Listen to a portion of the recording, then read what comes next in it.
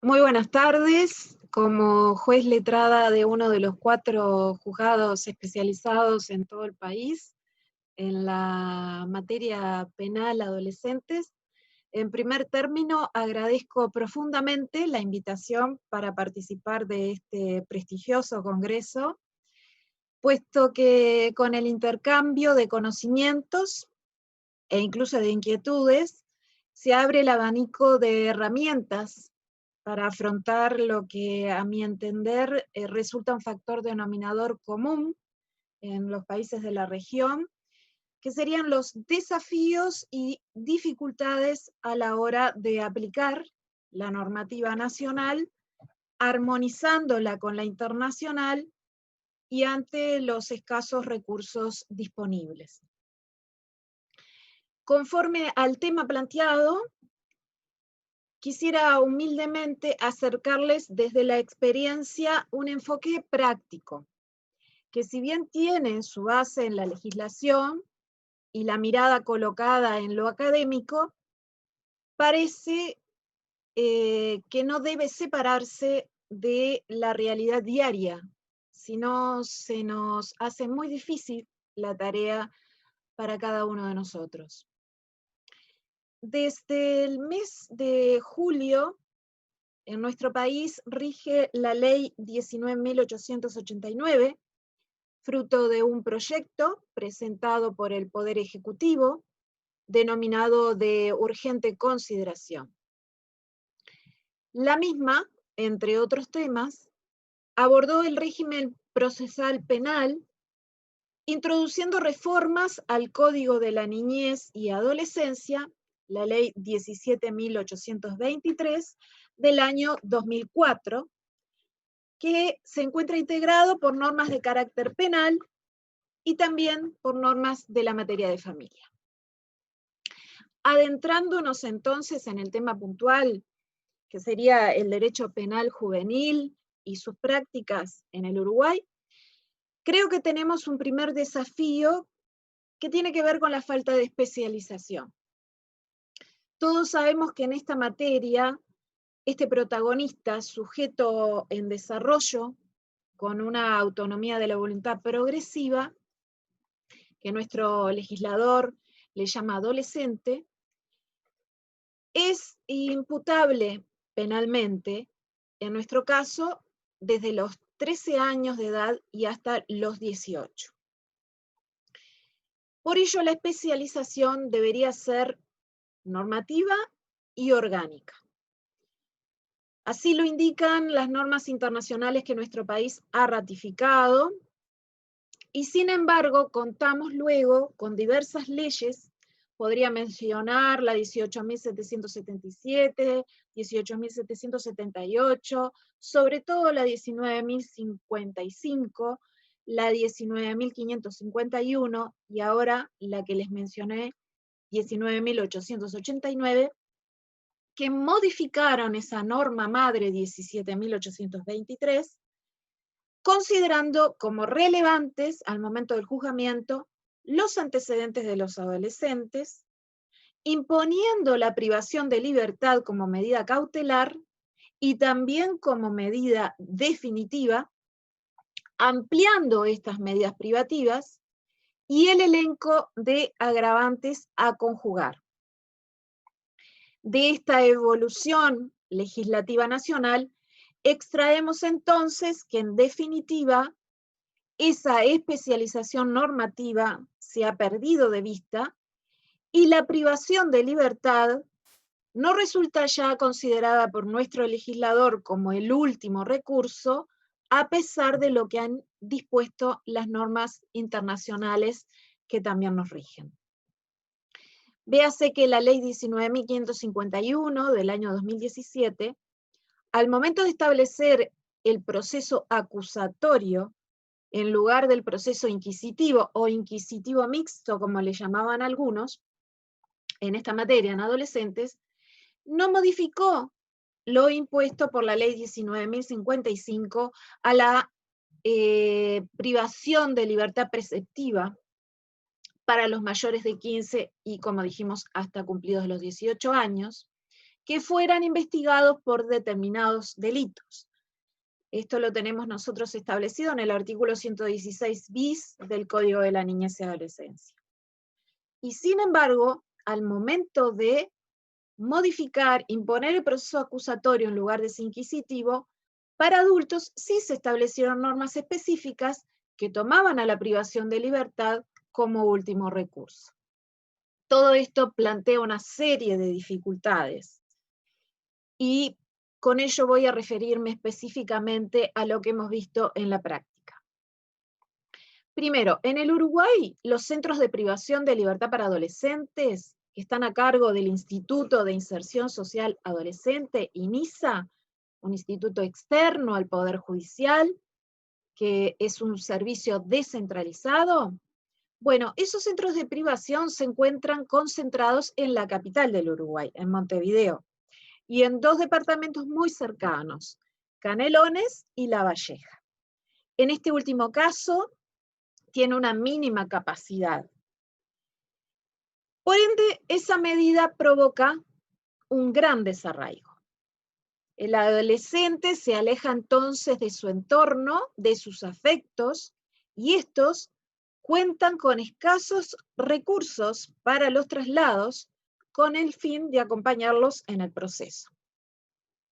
A esto se suma que los programas de medidas no privativas son realmente escasos. Los operadores en el interior del país,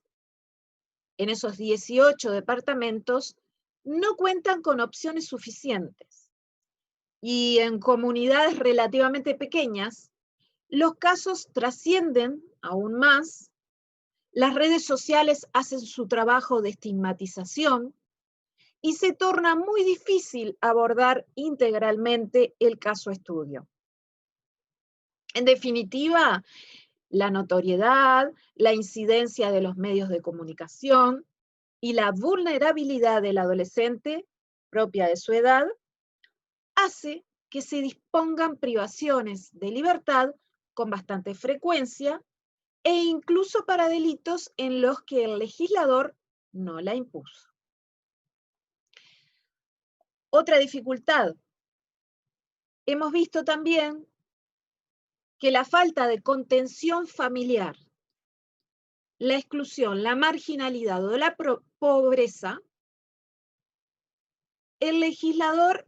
ha dispuesto en el artículo 76 de nuestro Código de la Niñez y Adolescencia que deben motivar a las fiscalías y a los tribunales competentes, que serían los de familia especializado en nuestro país, a una adecuada protección de sus derechos, puesto que se encuentran en situación de vulnerabilidad o con sus derechos amenazados. En este sentido, me parece muy importante comentarles cómo en la práctica es común en nuestro país la comisión de delitos por parte de los adolescentes porque han visto naturalizada la violencia para la solución de conflictos en sus referentes más cercanos, o para obtener la satisfacción de sus necesidades básicas, o para aplacar la sed de consumismo que muchas veces también seduce a los adultos. Asimismo, cuando el abuso de sustancias tóxicas aparece en edades muy tempranas, como vía de escape a conflictos que no logra resolver y que los adultos a su lado tampoco lo hacen, o incluso los eventos traumáticos como las muertes, abusos de todo tipo o abandonos padecidos desde niños, todo esto afecta su estabilidad emocional, no siendo tratados a tiempo por especialistas. Eso se ve muy a menudo. Pasan así a caracterizarse por una alta impulsividad o irritabilidad, con una ansiedad exacerbada que excede la aceptable para su edad y lo lleva a delinquir. La casuística indica que se siguen tomando medidas de privación por los órganos penales como único recurso efectivo, o si queremos admitirlo, efectista, para canalizarlo. a pesar de esa norma expresa que tenemos en el Código de la Niñez y Adolescencia que acabo de mencionar. Esto último lleva a destacar también, si seguimos hablando de dificultades en la práctica, la falta de especialización orgánica, puesto que solamente en la capital Montevideo funcionan los únicos 4 juzgados de primera instancia, las únicas 4 defensorías públicas y las únicas 3 fiscalías. En los 18 departamentos restantes, la materia es compartida, la competencia es compartida con penal de adultos. En segunda instancia, por su parte, entienden los tribunales de familia. Lo dicho lleva a que habitualmente se confunda el abordaje, se le asemeje al adolescente al adulto, en cuanto a la asunción de responsabilidad y a las medidas a imponer, resultando en algunos casos hasta incluso más severas que las que se le aplican al adulto. De hecho, los adolescentes, en un número muy elevado de hechos, son captados por los adultos, delitos de estupefacientes, rapiñas, hurtos con violencia contra la persona, homicidios, por ejemplo. Y ante la escasa capacidad para controlar los impulsos o canalizar emociones, la necesidad de identificarse o provocar atención de su medio familiar o social, todo propio de su edad y del desarrollo de su cerebro, que ya sabemos que científicamente está comprobado que se ha extendido más allá de los 20 años, todo esto exige una diferenciación en su tratamiento. Encontramos, obviamente, una nueva dificultad en esta pandemia que estamos padeciendo a nivel mundial. Esta pandemia genera una grave crisis económica, un aumento de la violencia desde el punto de vista social, un aumento en los delitos, y no estoy hablando tanto del número que también se ha dado, sino básicamente del tipo de delito. Los homicidios, los delitos sexuales, la violencia doméstica, la violencia de género. La pandemia también afecta a la salud mental y genera crisis emocionales. Esto se da a todos los niveles. En el caso de los niños, de los adolescentes y también de los adultos. Así que son factores a tener en cuenta también en el proceso penal,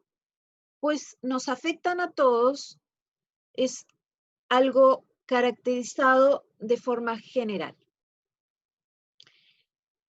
Para no hablar solamente de desafíos y dificultades y proponer algunas soluciones que hemos visto en la práctica, intentaré de forma concreta acercarles un enfoque un poco más optimista.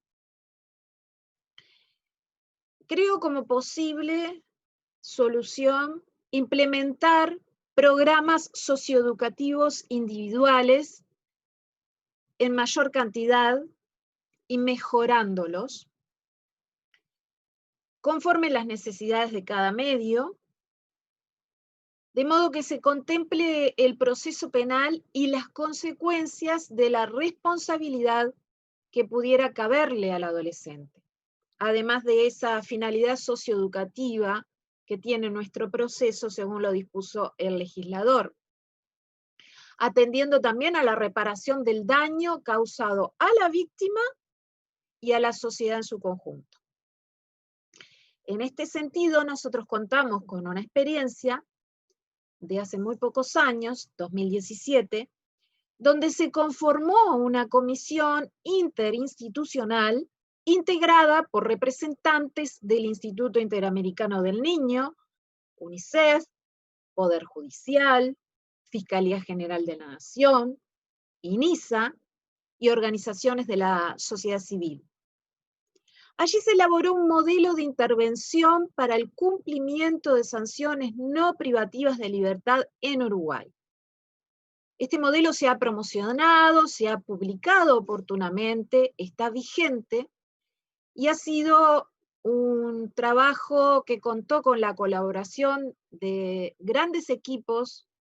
donde se fue mostrando la realidad, las experiencias que se iban dando día a día, cómo se iban abordando y cómo se podían mejorar. Así que es realmente un insumo de vital importancia en el día a día. Si seguimos hablando de eventuales soluciones, bueno, y en el mismo orden de ideas,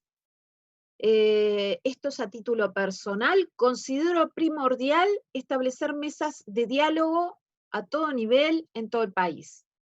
De este modo conocemos las dificultades en la puesta en marcha de la nueva legislación, los recursos disponibles en cada lugar, conocemos los criterios utilizados, con eso nos enriquecemos,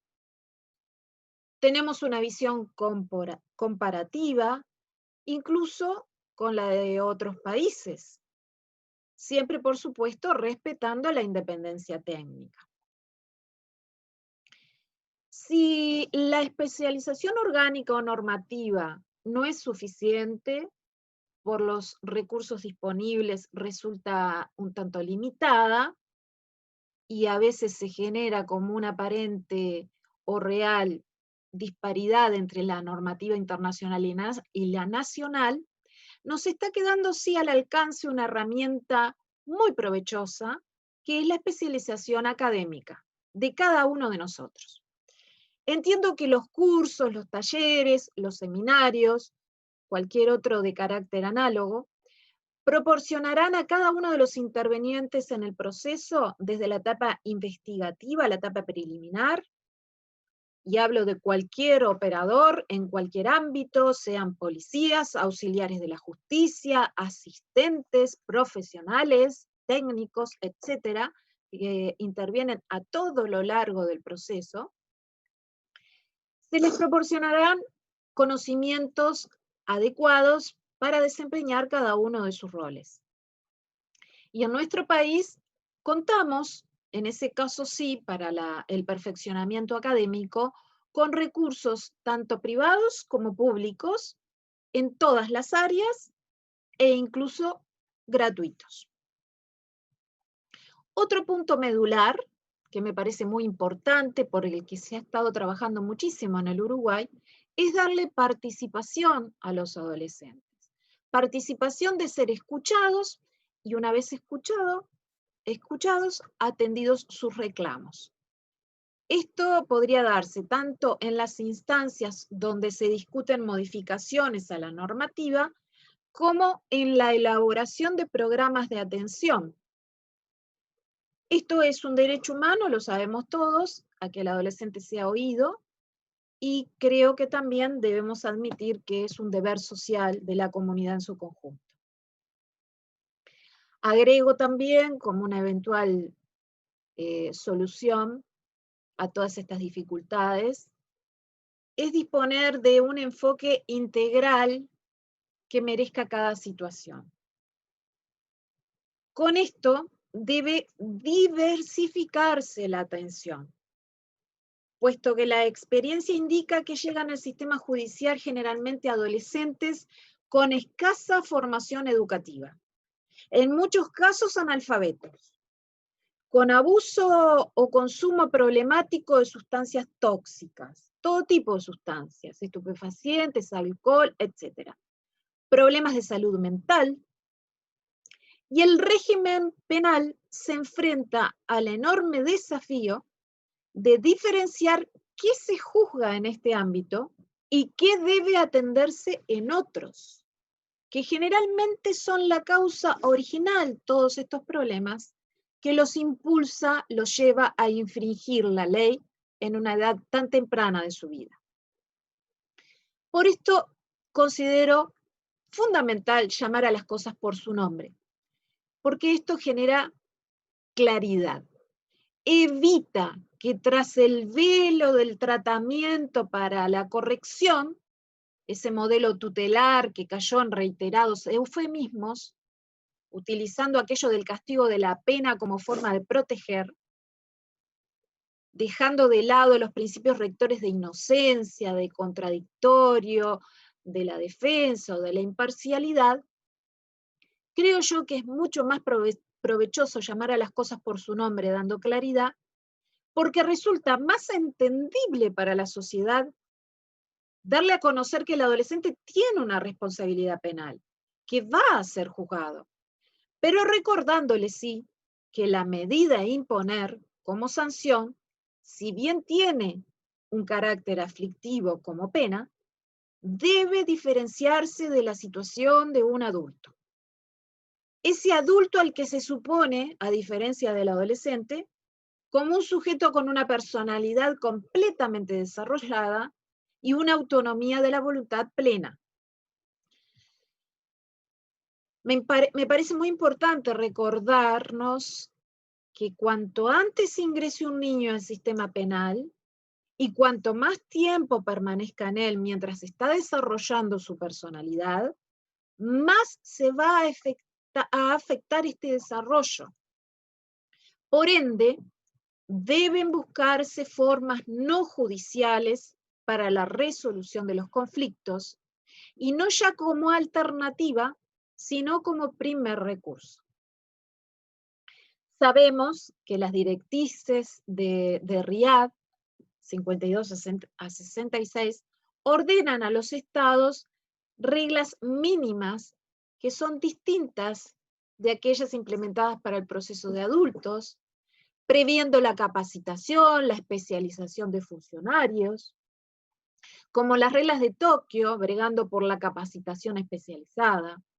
Y recordemos nuestra norma en el Uruguay de carácter constitucional, el artículo 43, que ya lo tenemos desde la Constitución Nacional de 1934 y permanece a la fecha, desde la última Constitución en 1967, donde se establece que la ley procurará que la delincuencia infantil esté sometida a un régimen especial en que se dará participación a la mujer. Quisiera agregar que en nuestro régimen penal adolescente, el vigente,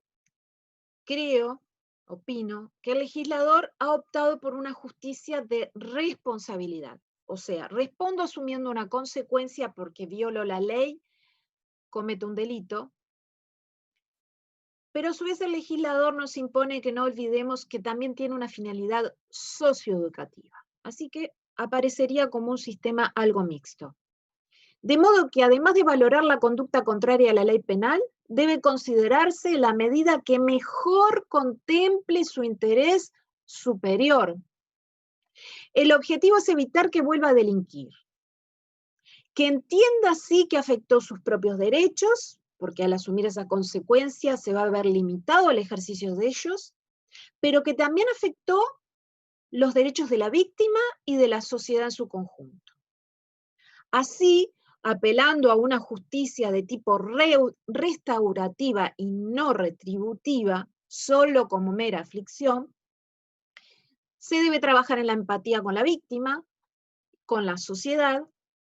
y enseñarle a ese adolescente, facilitándole las herramientas legales para satisfacer sus necesidades básicas.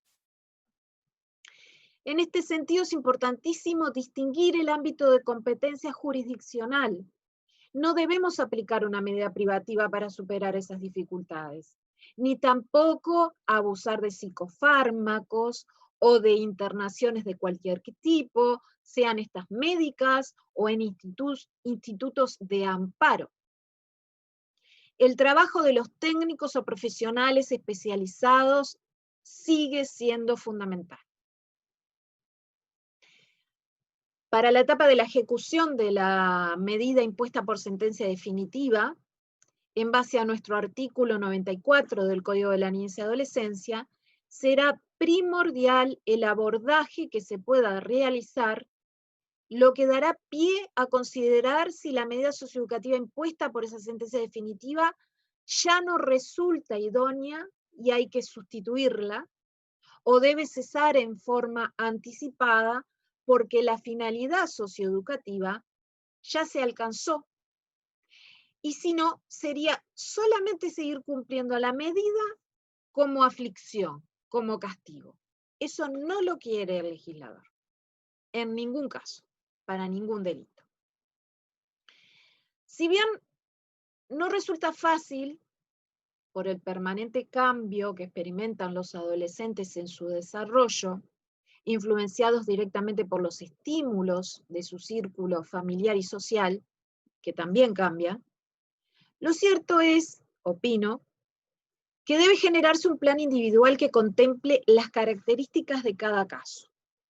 Afrontar la situación con una mirada multidisciplinaria y coordinada entre todos los operadores, judiciales o no. Nosotros tenemos en el Código de la Niñez y Adolescencia impuesto, en el artículo 95, que la internación de los adolescentes fuera de su jurisdicción se limitará al mínimo posible. Así que tenemos que tener en cuenta que al momento de disponer una privación de libertad, lo estamos alejando en 17 departamentos de su entorno. También tenemos una norma, el artículo 102, en el Código de la Niñez y Adolescencia, que nos permite recurrir, presentar recursos ante el juzgado en el caso de que se haya dispuesto un traslado de estos adolescentes y la defensa, el propio adolescente en nuestro país tiene esa legitimación, puede recurrir ese traslado y no tiene efecto suspensivo. Eso debemos agregarlo. Bien, finalizando ya, creo que nuestro sistema actual, con todas esas reformas de las que hablamos, y a pesar de que puede distraernos la mirada, mantiene un enfoque garantista si armonizamos todas las normas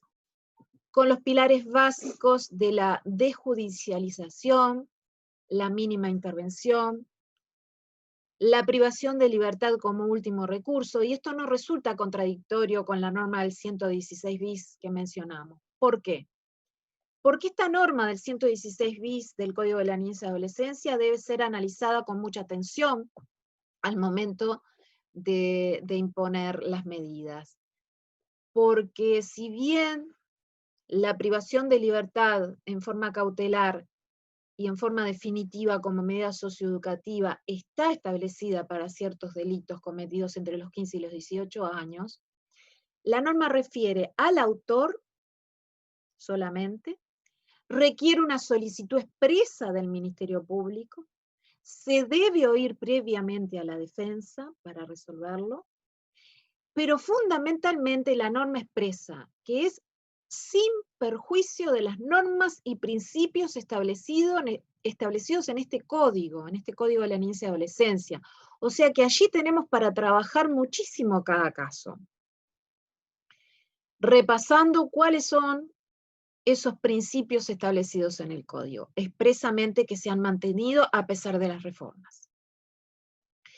En nuestro país, con esta ley 19.889, se estableció el llamado proceso simplificado. Este proceso simplificado, que como su nombre lo indica,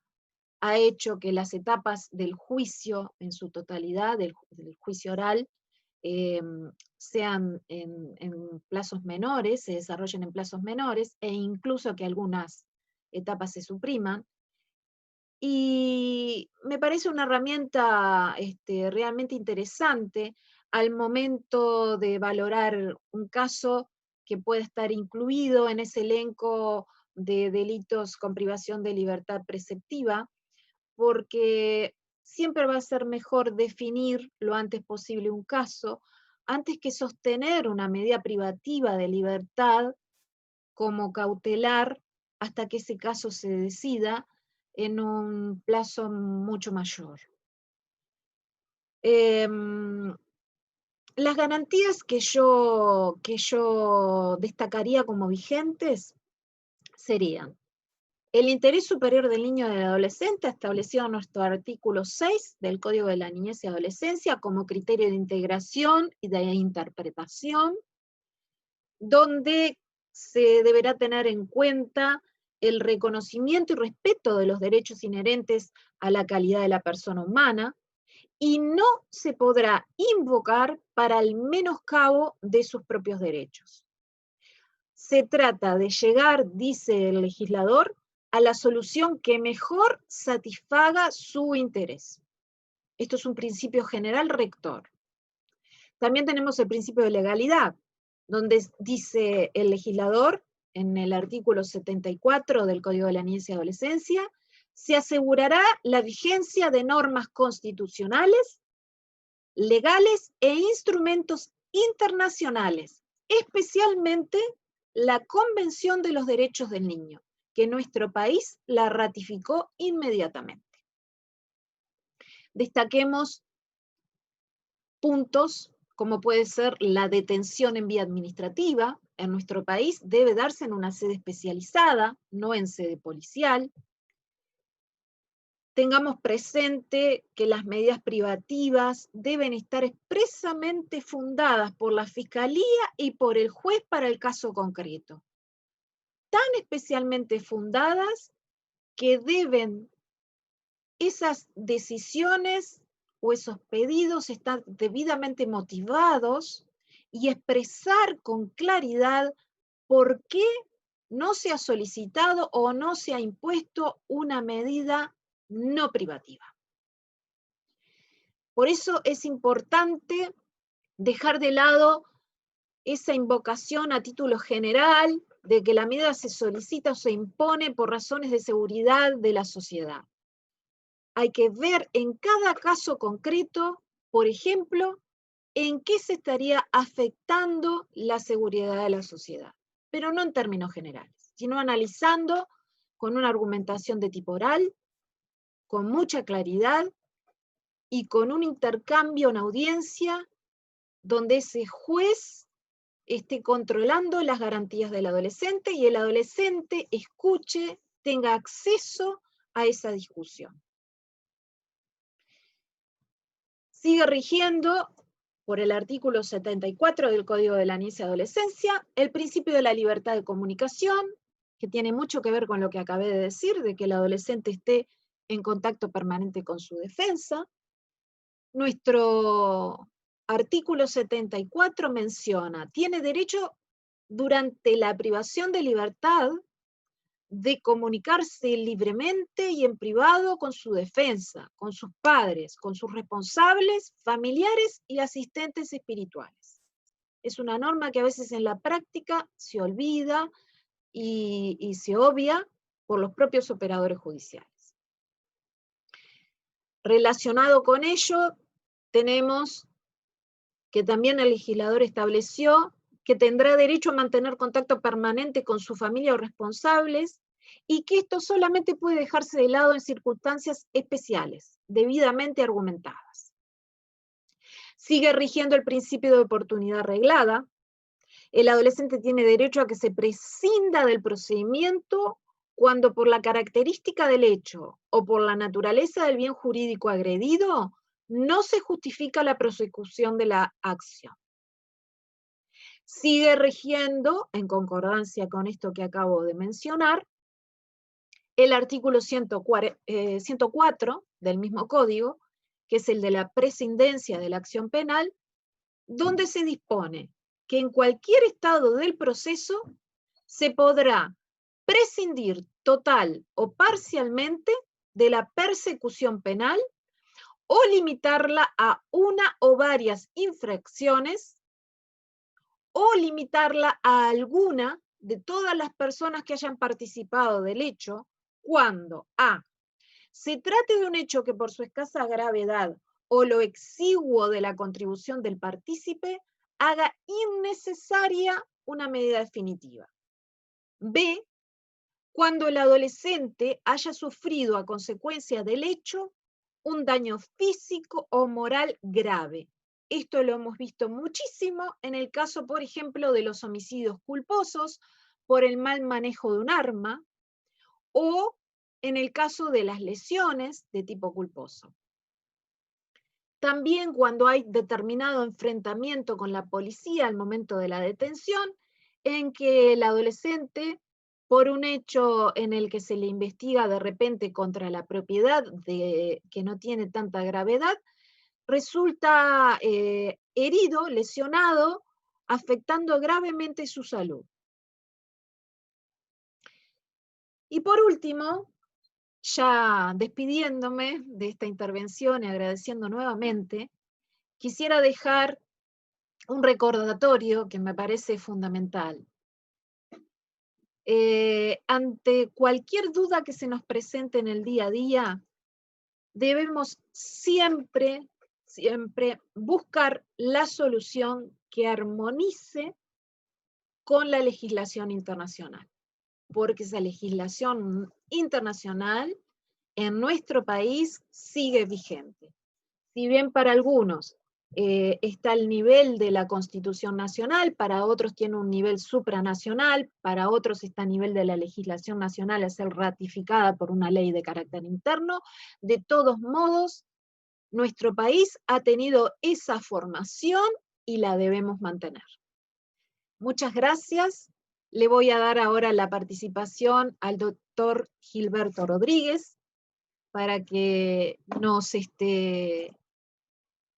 aporte desde el punto de vista de la Fiscalía su visión en el proceso. Así que, con mucho gusto, adelante, doctor.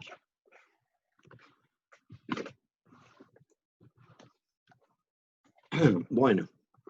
buenas tardes, amigas, amigos a todos. Un gusto estar entre ustedes y por supuesto que una vez más el agradecimiento a los organizadores de este importante y tan trascendente congreso para tratar de alguna manera de estar compartiendo nuestras experiencias. En lo que tiene que ver conmigo, se nos ha solicitado poder referir a la acusación por parte del Ministerio Público en el proceso penal juvenil. Nosotros, en nuestro país, en Uruguay, denominamos a este chico, a estos muchachos que están sujetos a responsabilidad, como adolescentes que se sitúan entre los 13 años de edad y hasta los 18 años de edad. Hemos dejado de alguna manera, más allá de las distintas denominaciones que la ley y las distintas convenciones les han dado a estos seres que están situados entre estas edades, entre niños, menores, adolescentes y jóvenes, el término de adolescentes, porque no hay en Uruguay una categoría intermedia mayor a la de 18 años que los separe del mundo de los adultos. Adultos, desde el punto de vista penal, ya se es a partir de los 18 años, y hay desde nuestra ley de urgente consideración vigente desde el 24 de julio del corriente año, una denominación de adulto joven para situar a aquellas personas que están entre los 18 y 21 o 23 años de edad, pero siempre es del mundo adulto. Los jóvenes o los adolescentes son aquellos que están atrapados o conceptuados de alguna manera y regulados en el proceso penal de adscripción de responsabilidad por el Código de la Niñez y la Adolescencia, cuya ley madre es la 17.823 del mes de septiembre del año 2004, con sus sucesivas modificaciones. En lo que tiene que ver con la acusación, a mí me parece importante dotar de un grado, de una capacidad de rendimiento mayor a la que parece definir el término.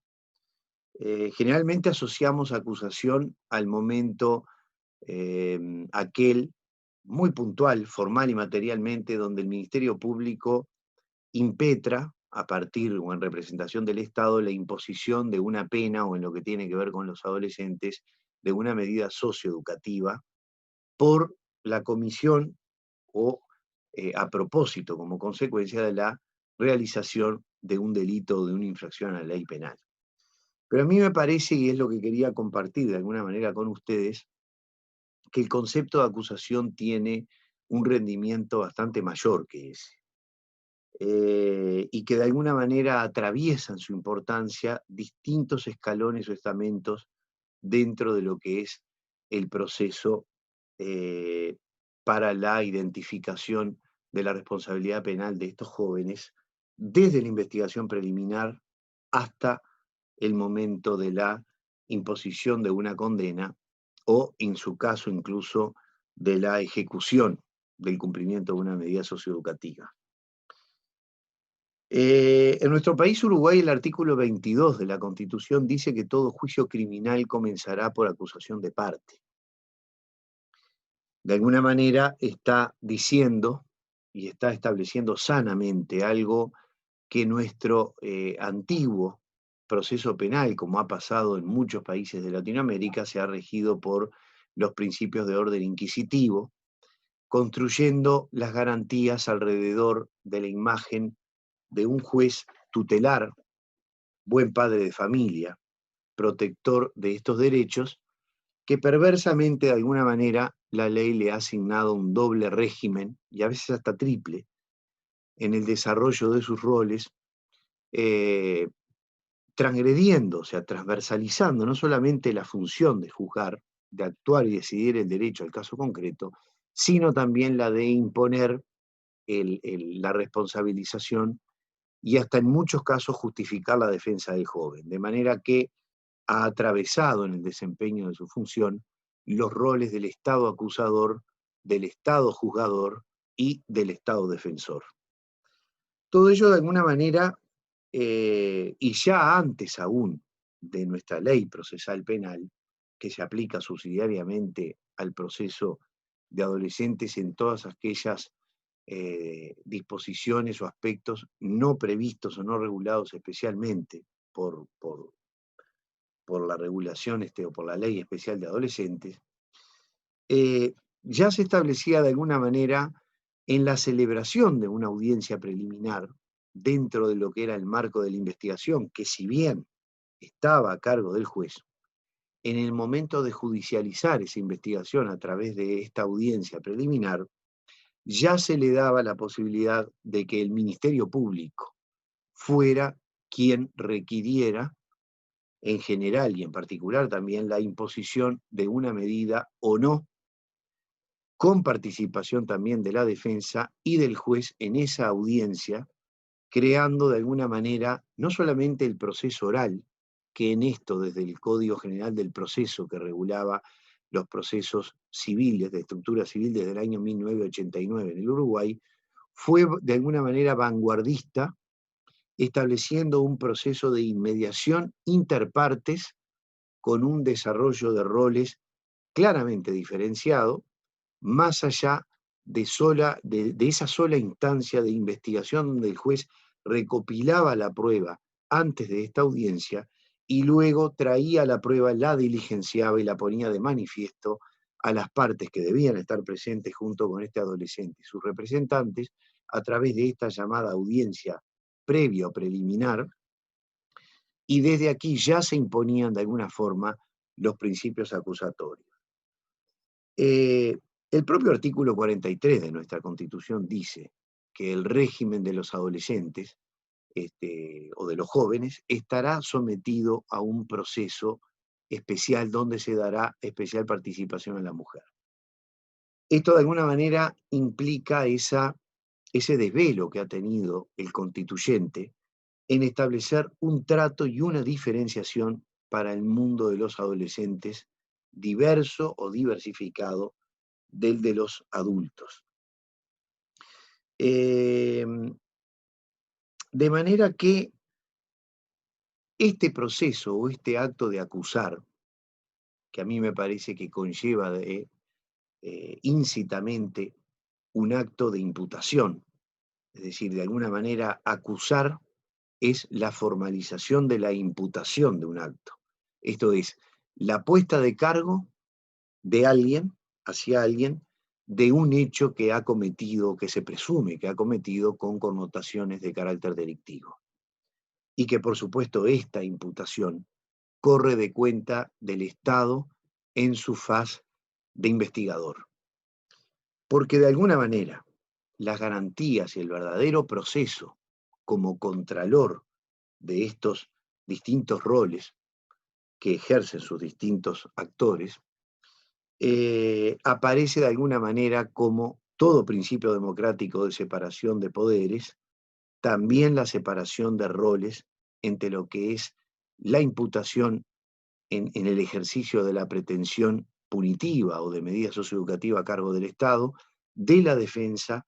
para decidir y del juez juzgador, que no es un juez dictador del proceso, sino que es un juez que siendo una parte más, tiene atribuido por ley y constitución la dirección de los actos procesales para poder resolver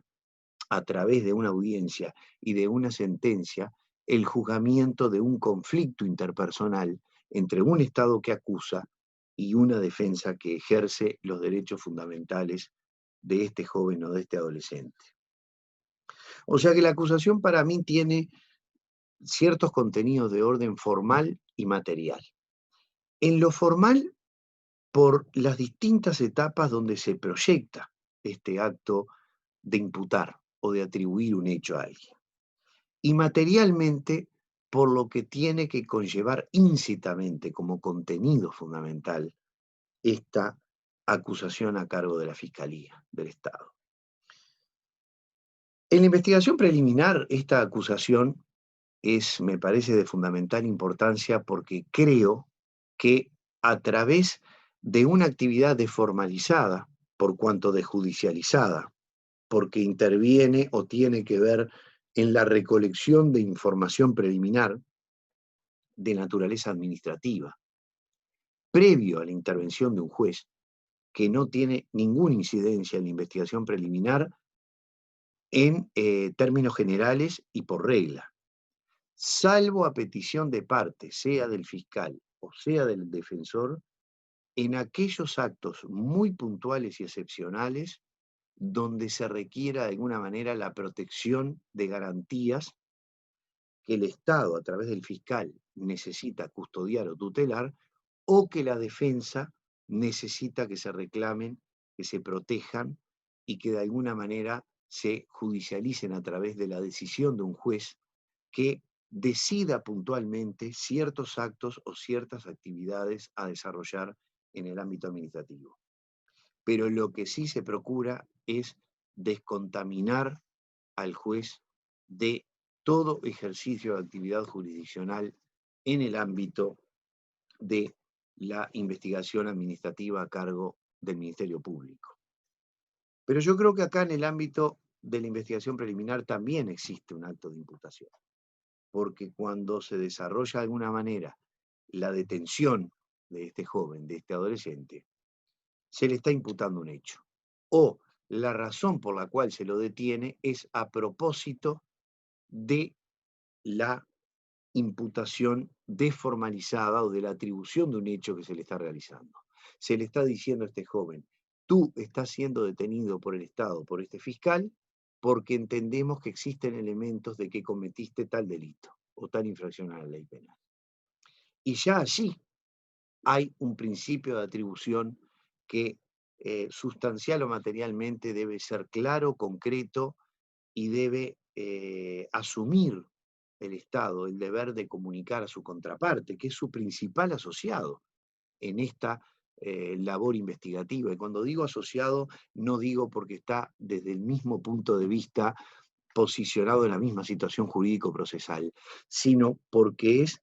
el otro actor que independientemente en su rol al fiscal, actúa conjunta y simultáneamente en la investigación de este hecho por regla.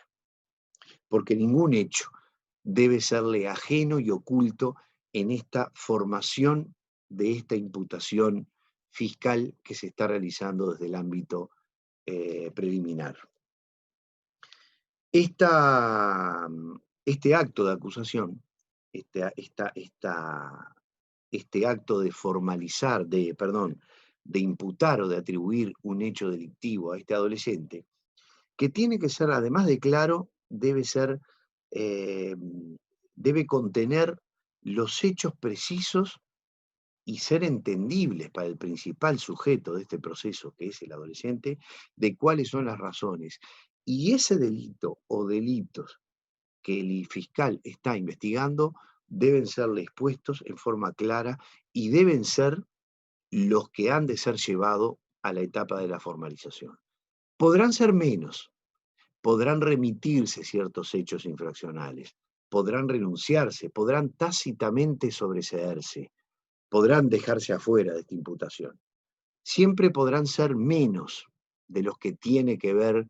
con la investigación preliminar, pero no podrán acusarse o formalizarse más hechos o distintos de aquellos de los que le fueron comunicados al adolescente y a su defensa en esta instancia administrativa previa de recolección de información. Y llegamos así a este segundo aspecto o segunda manifestación de este acto de acusar, que es la solicitud eh, legal de formalización o de legalización de esta investigación preliminar, que a diferencia del mundo adulto en Uruguay, en nuestro país, una vez que se formaliza en el mundo de los adolescentes, y por la ley madre de adolescentes, el Código de la Niñez y Adolescencia, el fiscal cuenta con 30 días perentorios e improrrogables para poder formalizar su acusación o el sobreseimiento. De manera que el fiscal, si quiere atarse de alguna manera a lo que hoy son los plazos para prescribir las infracciones, que en el Uruguay se categorizan en gravísimas por un elenco taxativo de 9 o 10 numerales que de alguna manera están relacionados expresamente, relatados expresamente de cuáles son las infracciones gravísimas. El resto son infracciones graves y las primeras prescriben hoy, a partir de la ley de urgente consideración de julio de este año, del 2020, prescriben a los 4 años desde su comisión, en tanto a las infracciones graves prescriben a los 2 años. De esta manera, viéndose elevado el plazo para que el Estado pueda perseguir estas infracciones, de 1 año a 2 las infracciones graves y de 2 años a 4 las infracciones gravísimas. De manera que se duplicó este plazo para que el Estado pueda formular esta acusación o este proceso de imputación. Para atarse el Estado a este proceso, lo que tiene que hacer indudablemente es realizar la investigación preliminar sin haber formalizado al adolescente, sujeto siempre a los plazos respectivos de prescripción y en ese proceso de investigación preliminar formar esta, este acto de imputación para saber qué infracciones, cuál o cuáles le vamos a atribuir al adolescente y una vez que lo tengamos, citarlo para la fiscalía o eventualmente solicitar al juez la orden de detención si este adolescente no está en flagrancia, para ser llevado a este segundo acto de formalización, que en definitiva es el primer acto donde van a comenzar a realizarse los actos jurisdiccionales con participación efectiva de un juez. Que como les dije anteriormente, el juez interviene, el legislador en esto ha sido especialmente cuidadoso de darle una participación de alguna manera un poco lamentable porque en el mundo adulto, que creo que de alguna manera se traduce al mundo adolescentes, se le da la posibilidad hoy al juez de que pueda cuestionar el principio de oportunidad e incluso tratar de inquirir la formalización de una investigación que el fiscal ha renunciado o de tener acceso a la carpeta investigativa si se dan eh, las circunstancias para que ello pueda ocurrir en el proceso de la audiencia de formalización. Son aspectos particularmente excepcionales, puntuales, y que por lo menos la sensación que yo tengo desde lo personal es que los jueces tanto en el mundo de adolescentes como del interior y de la capital del Uruguay, como los jueces del mundo adulto, del proceso penal de adultos, están siendo especialmente reticentes a tener acceso o a elaborar o desempeñar, desarrollar cualquier participación o decisión que tenga que ver con aspectos inquisitivos. Esto es, aspectos de decisión judicial que se sobrepongan al rol de alguna de las partes. Y de la misma manera que acceder a la carpeta de investigación del fiscal, cuya exhibición, bueno, hay toda una reglamentación administrativa desde la Fiscalía General de la Nación, de que esta investigación pueda ser percibida por el juez a través de la incorporación en el sistema de un pendrive donde se bajarían todos los actos de investigación que hay en esa carpeta. Pero ya les digo, desde el punto de vista muy particular, muy específico y para casos muy restrictivos, no porque la ley ahora no se los impida, sino que por el contrario los habilita a los jueces, sino por esa sana decisión que viene imponiéndose en el Uruguay sanamente desde hace muchísimos años, yo diría que fácil por lo menos desde 2 décadas, donde el juez ya no procesa o no judicializa la causa de oficio, ni desarrolla actividades de inquisición fuera de lo que le sea pedido por las partes. De manera que esto es una cláusula que hoy por hoy me parece, es la sensación que yo tengo, que está siendo establecida desde el orden judicial con criterio absolutamente restrictivo y excepcional. Pero ocurre que en esta audiencia de formalización, que como sucede en otros países, no es un mero acto de comunicación argumental, sino que hay también aspectos sustantivos, donde el fiscal tiene que mostrarle al juez lo que ha investigado con la defensa, formular la imputación, la primera imputación que en sustancia no es una acusación, porque no es el momento temporal procesal para ello, pero sí es la primera vez que ante el juez, el fiscal comunica la imputación que le está haciendo a un adolescente que ya había sido comunicada, pero de manera desformalizada en el ámbito de la investigación administrativa. Esta formalización, de la cual está bajo contralor del juez, es el punto inicial para dejar instalada, desde el punto de vista jurisdiccional, esta investigación y este primer proceso de imputación del fiscal, donde, repito, tiene que ser muy claro, muy sencillo, muy concreto y muy entendible para el adolescente que estará en esa audiencia asistido no solamente de sus representantes legales, fundamentalmente de su defensa, sino también de cualquier órgano de institución pública o privado especializado en la materia, cuyos instrumentos internacionales y la propia ley le habilitan a poder contar. El fiscal tiene que asumir un rol muy práctico, teniendo presente que los sujetos más importantes aquí no son ni el juez, ni la defensa, ni el fiscal, sino que es el adolescente. Y el proceso es un acto simplemente de comunicación en todo su desarrollo, donde el adolescente es el primer protagonista y tiene que ser eh, comunicado, enterado de manera muy clara y concreta qué es lo que está ocurriendo en todo este desarrollo donde se va a llegar eventualmente a responsabilizarlo con privación o no de su libertad y asignarle la comisión de uno o más delitos que debe tener siempre presente y que debe entender y comprender por qué está ocurriendo esto, incluso aún permitiéndole la ley y las distintas convenciones la posibilidad de participar durante el desarrollo de esta prueba o de estos actos de comunicación en cualquier momento. Allí tenemos entonces la acusación, diría yo en términos general, laxo, del término del fiscal como primera manifestación principal. Luego de esto, por supuesto que se generan otras instancias. La formalización, yo diría que hoy es el primer acto donde, culminada la formalización, que no solamente hay un control de detención, una decisión sobre la investigación del fiscal y la imposición o no, eventualmente, de medidas cautelares contra el adolescente, fuera de aquellas que aún seguimos teniendo la vigencia que ha sido ratificada, y yo diría que lamentablemente de manera más gravosa, por la actual ley de urgente consideración, de aquellas infracciones gravísimas que determinan, si fuera formalizado bajo esta investigación criminal el adolescente, la internación preceptiva por cautelar por 1 año,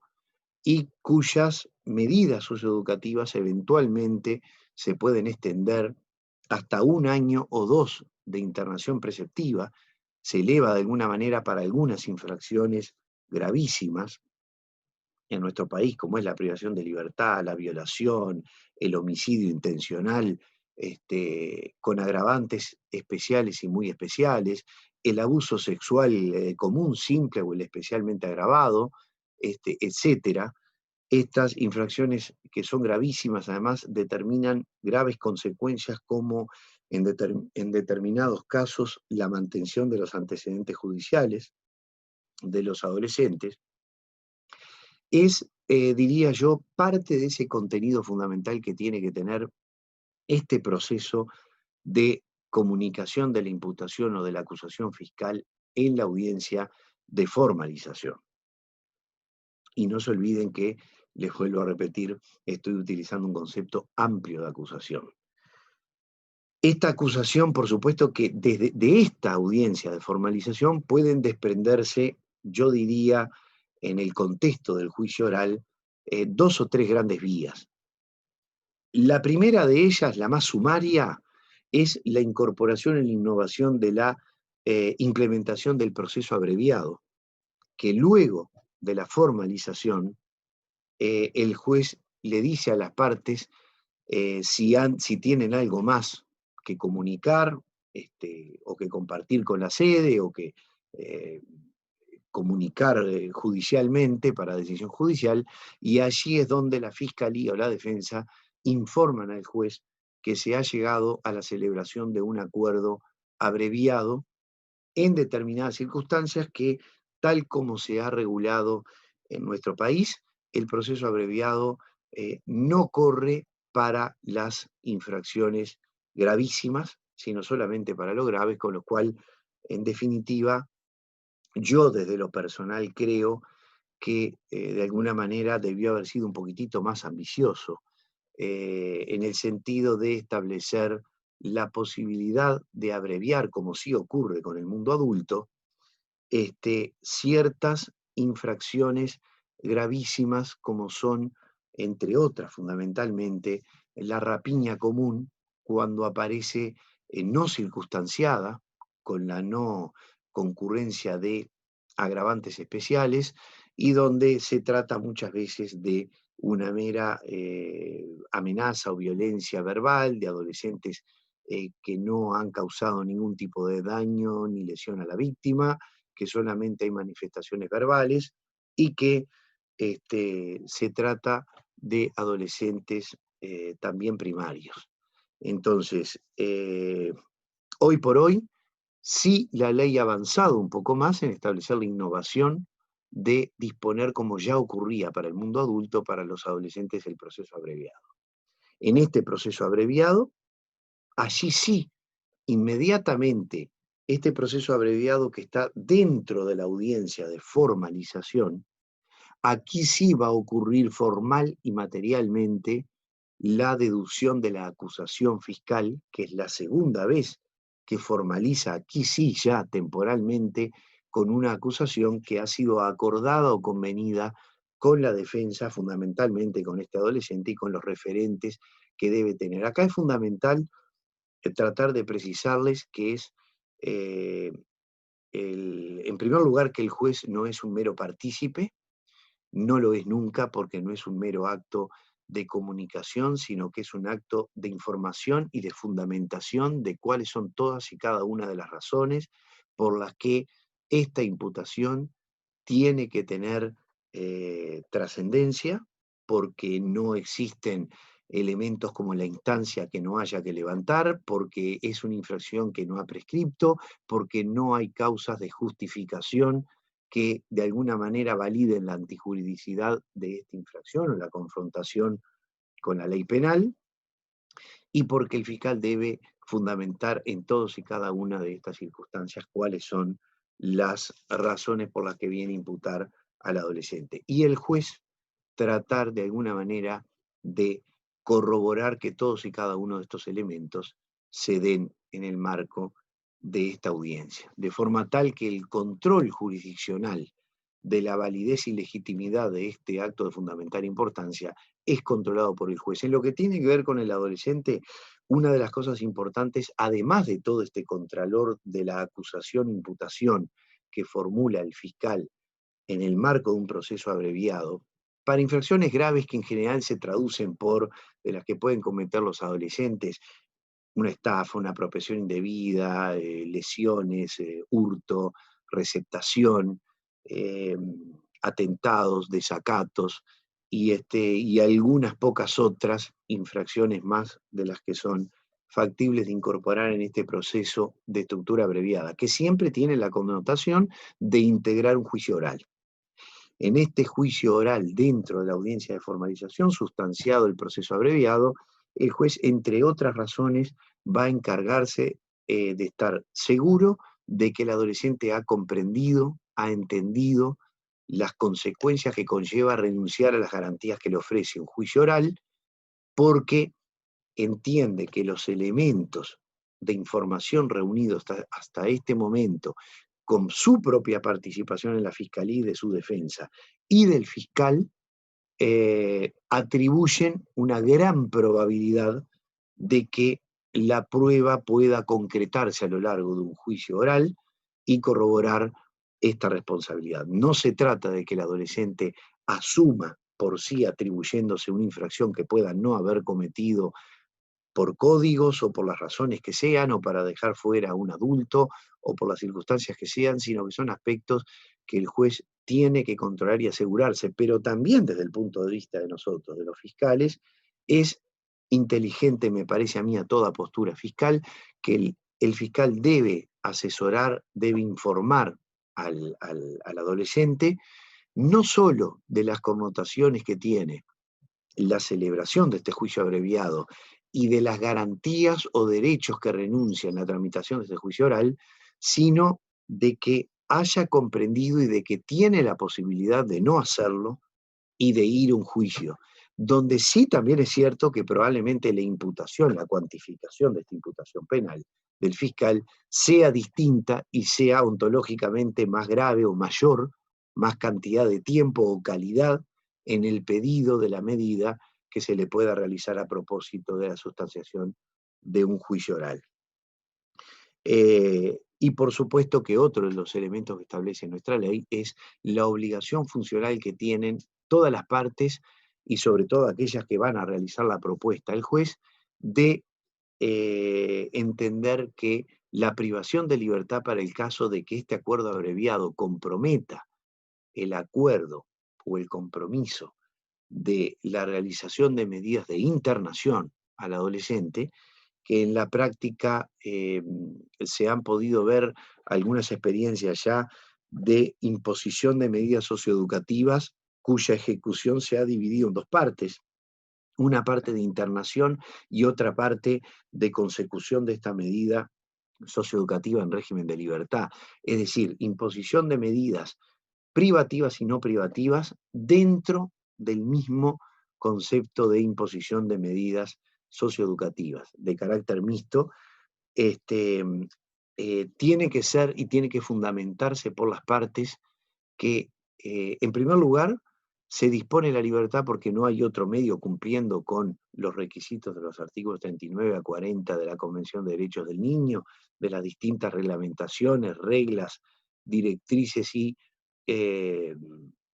ordenanzas o comunicaciones del Comité de Derechos del Niño y de la propia ley nacional, por supuesto, sino que además, en toda situación donde se verifique que las circunstancias han cambiado, puede suprimirse o dejarse sin efecto la privación de libertad para pasar a un régimen de libertad ambulatoria del adolescente en cualquier circunstancia en que ello se genere de acuerdo a la evolución que vaya teniendo este adolescente conforme lo dictaminen los informes de los técnicos en su régimen de reclusión. Y esto lo habilita nuestro aún vigente cláusula dispositiva del artículo 94 del Código de la Niñez y la Adolescencia. Si por alguna razón el juez no permitiera la celebración de este acuerdo abreviado porque entiende que no se dan las razones, podría irse o la segunda y tercera vía, la celebración de un acuerdo, de un juicio oral de estructura ordinaria, en cuyo caso, finalizada la audiencia de formalización, el fiscal tendría 30 días, como les dije anteriormente, perentorios e improrrogables, para construir su acusación e ir a juicio oral. Para un segundo contralor de esta acusación, donde se va a dictar un auto de apertura a juicio, donde va a contener, entre muchos aspectos, aquella prueba que el juez de garantías, ese que intervino en la audiencia preliminar o de formalización, admita la prueba o no para preparársela a un distinto juez que va a entender en juicio. Y la tercera vía, que también es una innovación de la ley de urgente consideración, es a propósito una etapa intermedia, en donde en la audiencia de formalización, de comunicación primaria y judicial de esta imputación, el juez entienda por alguna razón de que no corresponde un proceso abreviado, pero el fiscal anuncia que no va a pedir una pena o una medida mayor a los 3 años. En ese caso, sí, aquí sí, no hay diferencia entre la aplicación a las infracciones gravísimas o graves. La aplicación solamente para las infracciones graves es la celebración del proceso de estructura abreviada. El proceso de estructura simplificada, y por supuesto el proceso ordinario, siempre a través del juicio oral, admite la celebración de infracciones graves o gravísimas. En esta audiencia de formalización también el fiscal puede comunicar, y si es aceptado por la defensa, el juez evalúa y establece la prosecución del juicio simplificado. En nosotros han habido unas primeras, en los distintos operadores, alguna primera reflexión sobre la admisibilidad o no de este proceso de estructura simplificada. Yo les digo en mi opinión personal, de que el juicio de estructura simplificada, la ley procesal no lo dice, porque las modificaciones de la ley procesal estableció que una cláusula específica en una norma aditiva, el artículo 273 del Código de Proceso Penal, que se iba a aplicar el proceso abreviado para adolescentes. Nada dijo del proceso simplificado, pero tampoco dijo que estuviera excluido, y el código, el proceso de adolescentes tiene una cláusula de remisión, que es el artículo 75, que dice que en todo lo no previsto y de forma subsidiaria se aplicarán las reglas del Código de Proceso Penal de Adultos, en todo aquello que no se establezca lo contrario y que no violente las garantías especiales y específicas distribuidas o permitidas, admitidas para el proceso adolescente. Si hay una cláusula, les pongo un ejemplo, la nueva ley establece una libertad a prueba para el mundo adultos, que yo entiendo que esa libertad no sería de aplicación porque el mundo adolescente ya tiene un régimen similar que se le llama libertad asistida o vigilada, que son medidas socioeducativas de naturaleza no privativa, pero que ya tienen una regulación específica para organismos de especial seguimiento como es el INISA o el INAU en el interior del país. De manera que, como el legislador ha atribuido a través del artículo 75 la aplicación, y solo decía no se aplicará para el proceso abreviado, en cuyo caso tácitamente fue derogado, el proceso abreviado ahora se aplica para adolescentes por previsión expresa, y el simplificado en cuanto no está expresamente prohibido por la legislación de adolescentes, sino al contrario, permite subsidiariamente la aplicación de las normas del proceso penal de adultos y no tiene una disposición específica que opte a la aplicación de este proceso simplificado. Y en este proceso simplificado, justamente es donde se produce la segunda plataforma en el marco del juicio oral para la fundamentación de este proceso de acusación del fiscal. En cuanto a los contenidos de la acusación, por supuesto comentarles algo que sé que no va a ser novedad para ustedes, tienen que ser términos muy claros, muy sencillos, y en esa acusación establecer la contención de la causa. Se dice que en general la acusación restringe los hechos que van a ser objeto de debate en juicio. Y nada más que eso va a poder resolver que es el juez, que es aquello que le lleve el Estado a través de esta imputación. De un hecho o de varios, pero que tienen que ser establecidos de manera muy relacionada, muy clara, muy concreta, muy específica, y donde debe ser en términos muy claros y entendibles para el adolescente. La acusación concentra el principio de congruencia de alguna manera, porque la congruencia es el sentido de coherencia entre lo que se pide y lo que se decide, y es de alguna manera lo que contiene la causa como espacio de este conflicto interpersonal entre el Estado y el imputado. Se ha discutido, y se sigue discutiendo en el orden procesal, esto simplemente comentarlo a ustedes, si es admitida o no la llamada imputación subsidiaria. Es decir, si el fiscal, por ejemplo, elabora los hechos en una acusación por rapiña y nada dijo de la receptación, que es la recepción simplemente de un hecho, es un delito subsecuente al delito de una rapiña cuando no ha tenido participación en él, y nada dijo el fiscal, si puede luego a lo largo del juicio, en el marco de un alegato de clausura, poderse subsidiariamente imputar una infracción que no se desarrolló expresamente la acusación. Hay jurisprudencia que entiende que sí, otros que no, otros que debiera establecerse en la propia acusación, es decir, en síntesis, es decir, acuso e imputo por rapiña, y para el caso de que no se pueda probar la rapiña, solicito se le condene al adolescente por una receptación, por ejemplo. Pero debería en su caso estar establecida en este marco de la acusación como ejercicio de imputación penal. Eh, bueno, algo más que quisiera compartir con ustedes. Eh, este principio de imputación, decirles también que tiene que ver con la extensión de la responsabilidad a aquellos adolescentes que no participaron de la apelación, es decir, en nuestro régimen existe la posibilidad de que si hay varios adolescentes sujetos a investigación e imputados de un delito, eh, y solamente uno de ellos recurre, y los argumentos de ese adolescente que recurre en el proceso en el ámbito de la apelación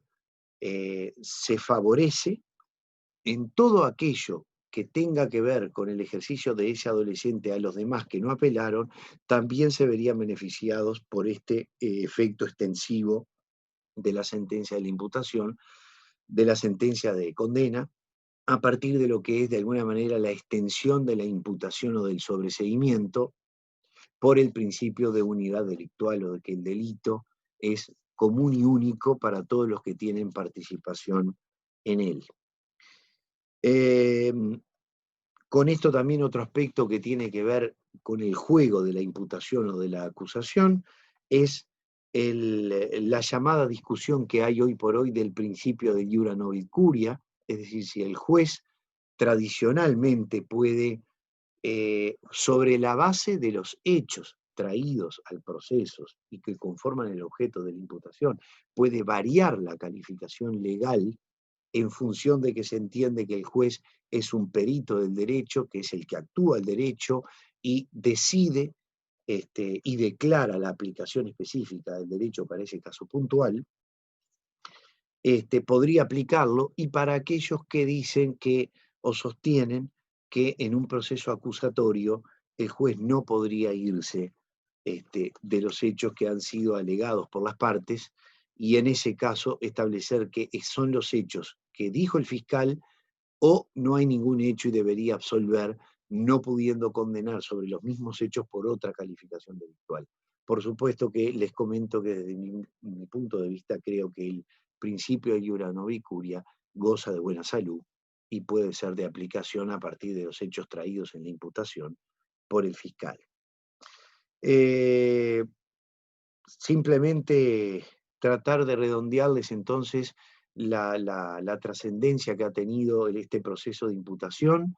de la acusación en el marco de un proceso acusatorio con las distintas estructuras aprobadas para el mundo de los adolescentes, expresamente el proceso abreviado, implícitamente para mí creo, y como lo han aplicado algunas sedes, tengo entendido de adolescentes, el proceso de estructura simplificada, el principio también acusatorio que se da en una disposición que tenemos nosotros sobre la aplicación de las medidas cautelares preceptivas. Es una vieja discusión muy prolija que tengo años que la está enseñando, porque no solamente no se pudo derogar la ley 19.055, sino que esta ley, en lo que era el anteproyecto, la agravaba más todavía,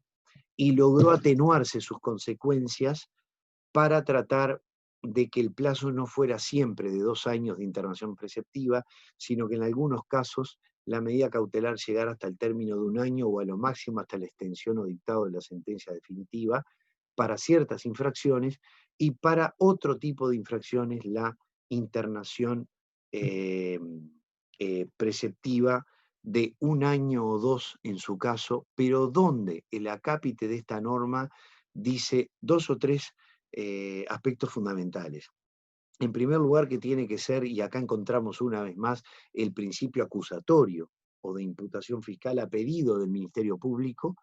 Previamente oída la defensa, el juez debe decidir. Es decir, que en este caso el juez aparece atrapado por una decisión que es obligatoria cuando se han dado las circunstancias legales establecidas al efecto. Si tiene pedido del fiscal y escuchó a la defensa,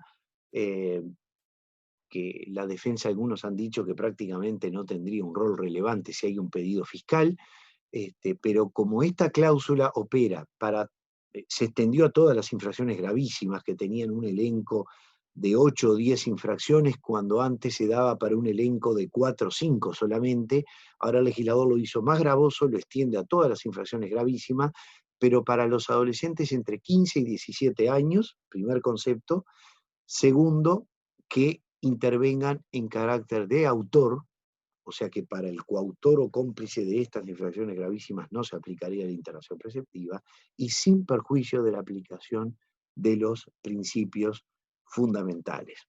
En ese caso también va a ceñirse aquí el proceso de estructura acusatoria con este pedido del fiscal, donde la defensa creo que también tiene el rol relevante de poder establecer si, por ejemplo, poder tratar de controvertir frente al juez que este adolescente no es un autor, sino que es un coautor o cómplice, o que no se ha verificado la infracción, o que la infracción ha prescripto, o que está sujeta a un proceso previo, como puede ser el levantamiento de una eventual instancia o un requerimiento procesal fundamental para el ejercicio de la acción, y ello no se ha cumplido, y el juez va a tener que resolver sobre estos aspectos. Resueltos los cuales, si se dan los presupuestos, ahí la ley lo obliga a establecer preceptivamente por el año estas medidas cautelares y eventualmente para ciertas infracciones la internación definitiva de 1 o de 2 años. Finalmente, comentarles que también creo que tiene algo que ver con el principio acusatorio, el establecimiento de los antecedentes judiciales, o más bien de la mantención de los antecedentes judiciales, para el caso también de ciertas infracciones de carácter gravísimo, la violación, los abusos sexuales, los homicidios intencionales en cualquiera de sus manifestaciones, las rapiñas, extorsiones, privaciones de libertad, lesiones gravísimas. Más o menos ese es el elenco fundamental y esencial de aquellas infracciones que el adolescente va a ver durante 3 años, desde la mayoría de su edad, o sea, entre los 18 y los 21 años, mantenido los antecedentes y a diferencia del antiguo régimen, el juez tenía la facultad de hacer mantener estos adolescentes o no. Ahora es preceptivo y en este sentido lo que sí se ha establecido es que como es de precepto legal, la ley impone que el juez deberá mantener estos antecedentes, creo que de alguna manera violenta o va más allá del principio acusatorio, porque en este caso, aunque no mediara una petición o una requisitoria fiscal en la acusación que solicite al juez la mantención de estos antecedentes, en ese caso igualmente el juez, creo yo, debería establecerlos porque es la ley la que le obliga a ello. Bueno, espero haber compartido con ustedes estas reflexiones sobre la imputación y las distintas manifestaciones de ellas en el proceso penal. Así que les saludo con todo mi afecto y una vez más el agradecimiento por esta participación. Muchas gracias.